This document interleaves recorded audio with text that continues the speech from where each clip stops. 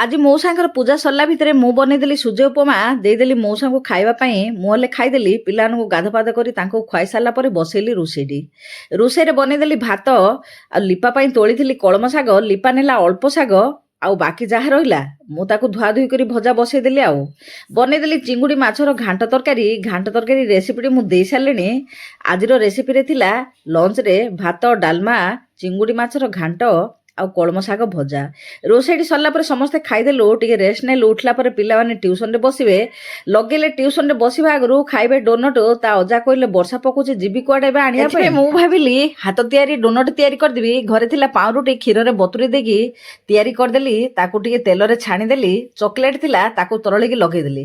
Tuition ଯେମିତି ସରିଯାଇଛି ନେଇକି ଦେଇଦେଲି ପିଲାମାନଙ୍କୁ ଖାଇବା ପାଇଁ। ମିସ୍ ଖାଇ ତ ବଢ଼ିଆ ଖୁସି ହେଇଗଲେ। ପିଲା ମଧ୍ୟ ଖୁସିରେ ଖାଇଦେଲେ। ଆଶା କରୁଛି ଭିଡ଼ିଓଟି ଭଲ ଲାଗିଲେ ଚ୍ୟାନେଲକୁ ସବସ୍କ୍ରାଇବ କରିବେ ବୋଲି। ଆଜି ପାଇଁ ରହୁଛି। ନମସ୍ତେ, ଜୟ ଜୟ।